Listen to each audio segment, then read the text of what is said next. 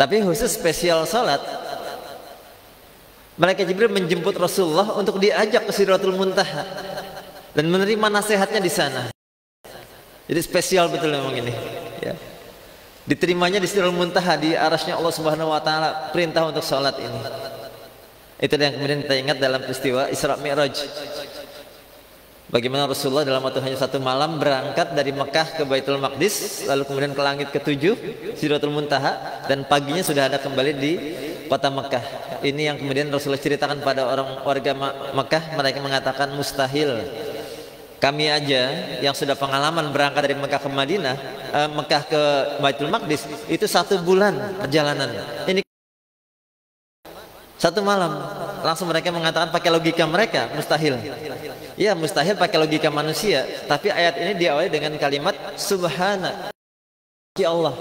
Artinya yang bermain adalah bukan teknologi manusia, tapi teknologi Allah yang bergerak di sini. Contoh mudahnya, Bapak kalau ngelihat semut dalam waktu 1 jam berjalan kira-kira berapa meter? Mungkin nggak sampai 100 meter semut berjalan dalam waktu 1 jam, ya. Oke, kalau semut tadi kemudian kita naikkan ke mobil kita bawa ke mana yang agak jauh dari sini? Kita bawa ke Bontang misalnya, ya.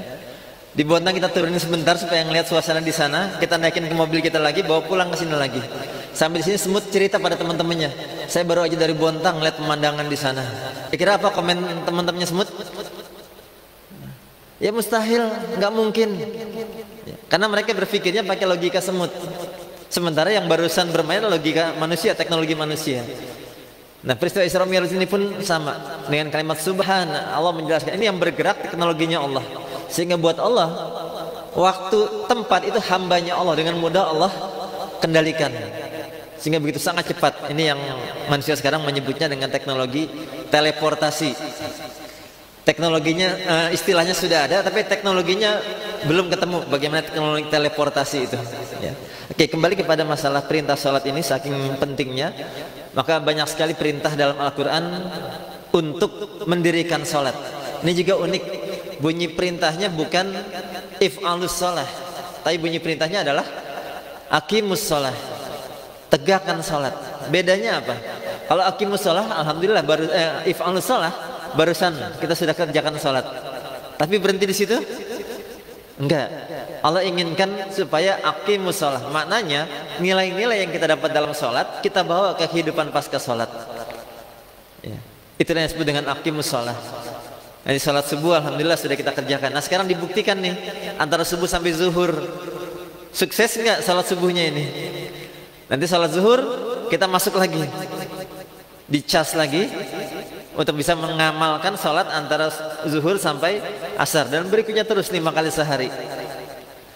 Kira-kira kalau melihat ritmenya begitu, salat apa yang paling keren kita sukses? Sukses maksudnya antara salat ini dengan salat berikutnya banyak amal soleh yang kita lakukan.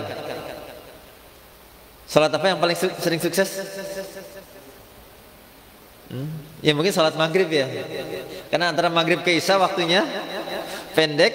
Maghrib ke isya kita biasa isi dengan apa? Tilawah Quran bersama keluarga, tilawah bareng atau belajar itu, ya. Yang paling sering kurang sukses salat apa? Subuh kayaknya, ya. Karena antara subuh ke zuhur waktunya panjang, godaannya banyak gitu, ya. Nah, makanya Allah ngasih di sini, ngasih energi yang sunnah di tengah-tengah antara subuh dengan zuhur. Kalau engkau mau ikuti, alhamdulillah bagus. Itu yang kita sebut dengan salat duha. Ini ngecas kita lagi supaya punya energi cukup sampai ke zuhur nanti, ya. Nah, itulah maka perintahnya aqimus shalah, tegakkan supaya nilai-nilai salat bisa kita terus amalkan. Dan saking pentingnya salat sampai Rasulullah menyampaikan nanti di akhirat amal pertama yang akan diperiksa adalah salat kita ini. Maka itu wajar akhirnya orang tua wanti-wanti betul dengan nasihat salat ke anak-anaknya. Terserah mau kuliah dimanapun, kerja dimanapun, dan sudah berkeluarga tinggal dimanapun, salat jaga, itulah perintah orang tua kita. Bahkan itu tadi kita udah dewasa masih juga diingetin kayak gitu. Ini saking apa namanya, merasa urgennya orang tua menyampaikan pesan tentang sholat ini. Ya bahkan kita sendiri pun merasakan kalau sholat kita mampu lakukan dalam keadaan berdiri sempurna, kita kerjakan dalam keadaan berdiri sempurna. Tapi kalau nggak bisa sempurna berdiri, bagaimana kita sholatnya? Ya sesuai dengan kemampuan kesehatan kita. Contoh, ini ada yang sudah kena asam urat di sini, yang kalau ruku sujud suka ada bermasalah. Terus apakah kemudian sholatnya ditunda atau gimana? Ternyata enggak kan? Kita tetap sholat ya, dengan sesuai kemampuan kita, kondisinya. Di masjid yang saya biasa sholat itu rutin, saya ingat pokoknya posisinya sebelah sana, pojok paling depan itu bawa bapak pakai kursi karena usianya sudah hampir 70 ya, lihat ya. Tapi pas dia kuat berdiri, makanya pas imam membaca Al-Fatihah dan surat, dia ikut berdiri. Tapi yang dia nggak kuat adalah ruku dan sujud, ya. Maka begitu giliran ruku dan sujud, dia duduk di kursinya dan menundukkan kepala sesuai isyarat ruku, isyarat sujud gitu ya. Nah inilah sampai sedemikian ya. Kalau nggak kuat duduk, gimana sholatnya? Ya berbaring sesuai kemampuan kita. Mungkin pasien-pasien di rumah sakit yang memang harus bed rest, ya sholat dalam keadaan berbaring seperti itu. Isyarat tangan ya, diangkat seperti ini. Kalau nggak kuat lagi tangan diangkat, gimana caranya? Ya, isyarat jari-jari sudah cukup. Yang penting menunjukkan tentang takbir, isyarat kepala sedikit agak nunduk gini, ya masya Allah. Ya. Kalau isyarat juga nggak bisa, ya sepanjang dia masih sadar, dia masih punya kewajiban menjalankan sholat. Sepanjang masih sadar. Ya. Nah kalau sudah semua lewat itu berarti waktunya tinggal disolatkan ya. Innalillahi wa inna ilaihi raji'un ya, insyaallah. Dan perhatikan, disolatkan pun, bayangkan sudah wafat di dalam kehormatan dalam Islam, sudah wafat masih disolatkan. Dan kemudian setelah disolatkan dibawa ke makam, dimakamkan. Perhatikan gimana posisi jenazah saat dimakamkan. Ya. Tangannya sudah diikat kain kafan ya, seperti posisi orang sholat. Lalu kemudian posisi badannya gimana? Di liang lahat itu. Ya sama, posisi seperti orang sholat. Miring ke arah kiblat. Kalau di Sangatta di sini berarti ini di Indonesia ya, kakinya arah sana itu mana? Kakinya arah selatan, kepalanya arah utara, ya, dimiringkan ke arah kiblat. Ya. Kemudian diganjel. Kalau di Jawa diganjel pakai tanah 3 tuh, di belakang leher, di badan sama di kaki. Kalau di Jawa itu istilahnya gelu. Tanah yang bulat itu istilahnya gelu. Saya nanya, gelu apa sih artinya? Rupanya ada singkatan gelu itu.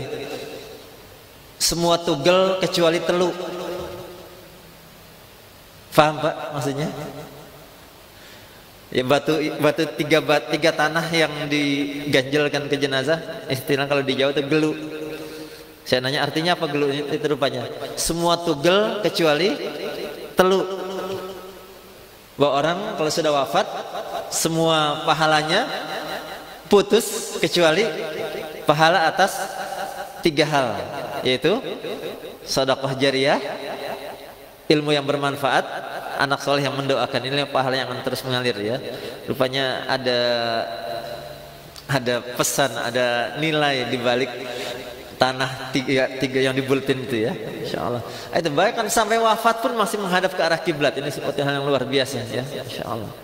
Jadi wajar kalau kemudian orang tua kita nggak bosan-bosannya ngingetin kita tentang sholat ini ya.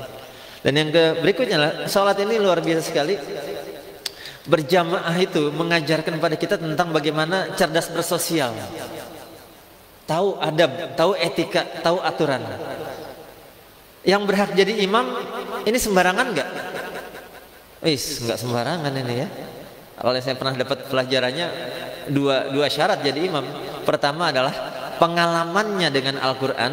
Yang kedua adalah pengamalannya terhadap Al-Quran. Dua ini yang membuat dia boleh menjadi imam ini ya.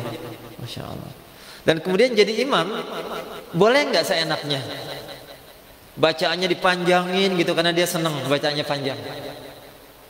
Ya ternyata jadi imam pun harus tetap mengerti kondisi makmumnya. Sebagaimana Rasulullah pernah mendengar beliau jadi imam, tiba-tiba ada anak kecil yang dibawa ke masjid nangis, membuat orang tuanya repot. Rasulullah kalau mau panjang ya bisa aja, sahabat yang lain mungkin menikmati, tapi Rasulullah perpendek bacaannya. Makanya jadi imam pun ada adabnya, ada etikanya, harus mengerti bagaimana kondisi makmum ya. Jadi imam kemudian kalau batal, apakah mundur sendiri atau nunggu dimundurin sama makmumnya ya, dia harus mundur sendiri, nggak harus dimundurin oleh makmumnya. Ini ada akses ke tempat wudhu nggak kalau buat imam di sini? Ada akses ke tempat wudhu ya? Alhamdulillah, itu masjid-masjid yang bagus kayak gitu tuh. Jadi imam bisa segera ambil wudhu, masuk ke masjid. Masuknya ke saf pertama lagi atau saf terakhir? Ya harus di saf terakhir, nggak boleh masuk ke depan sini lagi ya. Jadi Masya Allah, ini ada bersosial dalam Islam diajarkan dalam salat berjamaah seperti itu ya. Terus anaknya imam boleh nggak otomatis jadi imam? Nggak boleh ya, tadi syarat dan ketentuan berlaku ya. Kemudian yang jadi makmum ada adabnya nggak? Jadi makmum ada adabnya ya. Bagusnya yang berdiri paling belakang imam inilah yang hafalannya bagus, yang layak kalau imam batal dia bisa segera masuk menggantikan ya. Makanya kadang-kadang kita kalau ada anak-anak di dalam masjid ya kita minta safnya dipisah gitu ya, karena anak-anak kadang-kadang suka celut tiba-tiba pergi dari saf sehingga safnya terputus ya. Nah ini biasanya beberapa masjid anak-anak dikumpulkan di satu saf dan ada orang dewasa yang mendampingi di sana ya. Memang orang dewasa ini biasanya agak sholatnya masbuk, tapi membuat anak-anak tenang, teredukasi bagaimana sholat yang benar, dan bapak-bapak juga sholatnya tenang karena tidak terganggu dengan suara-suara yang lain ya. Nah jadi makmum pun ada adabnya. Kalau imam salah bacaan, apa yang dilakukan makmum? Ya perbaiki bacaannya dengan cara adab, bacaan yang benar ya. Nggak boleh mungkin karena akrab sama imam, dekat sama imam, langsung ngomong salah mam bacanya gitu ya. Ya itu melanggar adab gitu ya. Jadi tetap ada adabnya. Kalau yang perempuan imamnya mungkin salah baca atau ada salah gerakan atau salah rukun, tepuk tangan seperti ini ya. Ini Masya Allah, jadi luar biasa berjamaah seperti ini. Selain pahalanya 27 kali lipat, plus juga tadi adab dalam bersosial kita dapatkan dalam salat berjamaah. Maka bagus sekali kalau kemudian kita bisa sejak dini anak-anak kita, utamanya yang laki-laki, kita ajak ke masjid ya. Kita ajak ke masjid untuk rutin berjamaah, bukan hanya di maghrib isya. Yang paling keren memang kalau kita bisa ngajak di subuh, karena subuh yang tantangannya paling dahsyat ya. Baik, demikian insyaallah untuk sekedar tausiah subuh hari ini. Semoga kita istiqomah menjalankan sholat dengan berjamaah, dan ini pun menjadi sebuah amal yang kita turunkan kepada putra-putri kita untuk bisa istiqomah menjaga sholat berjamaah. Jazakumullahu khairan katsiran wa alfu minkum wallahu muwaffiq ila aqwamit thoriq. Assalamualaikum warahmatullahi wabarakatuh.